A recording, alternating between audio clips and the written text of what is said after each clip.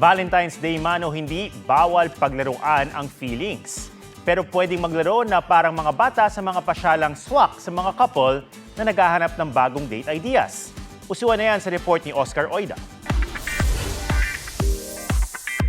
Sa indoor playground na ito sa Quezon City, ang mga adult pwedeng bumalik sa pagkabata. Sumakay sa donut slide at magpa-fall, magpadaustos pababa ng higanting slide. Kung gusto ng mga mas challenging, pwedeng mag-wall climbing, parang sa relasyon. Kapit lang! May obstacle course din para sa healthy competition. For healthy, love life. Mini zipline para sa quick thrill, bump car, at kung hindi pa sapat yan, may roller skating area din. I feel like mas makakapag-bonding kayo kapag merong mga ganong specific activities na ginagawa. High adrenaline siya na type ng activity. So if you're into that, mas maganda talaga na pumunta kayo doon. Kung medyo makalat na bonding ang hanap, nasa Quezon City rin ang kauna-unahang splat room sa Pilipinas. Sa date na to, it's okay to be messy.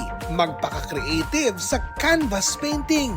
O kung may time pa sa isa't isa, subukan ang neon paint option na nagliliwanag sa ultraviolet lights. Habang nagpapagandahan ng artwork, pwede ring mag-paint bottle. Subukan din ang tatag ng relasyon sa trampoline park na ito sa Taguig.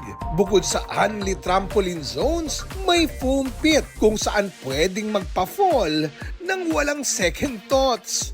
May falling net para sa dramatic landing at sticky wall para sa malatuko na pagkapit.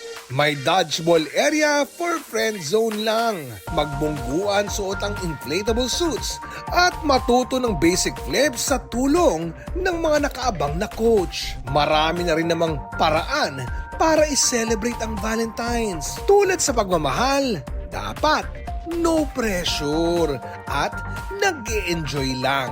Oscar Oida, nagbabalita para sa GMA Integrated News.